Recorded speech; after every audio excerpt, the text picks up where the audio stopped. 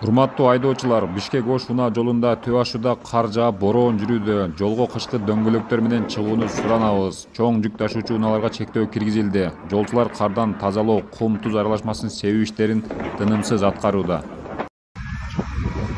Дептобуш берип ал төб ашу. 7 апрель 128 километр.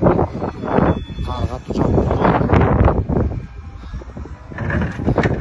Экстремдик иштер таза.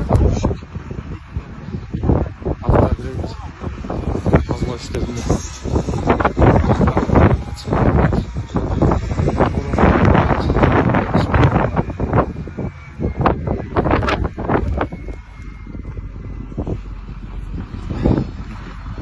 Kalgan başka satışkanı bir kopsa da satışkanı olsa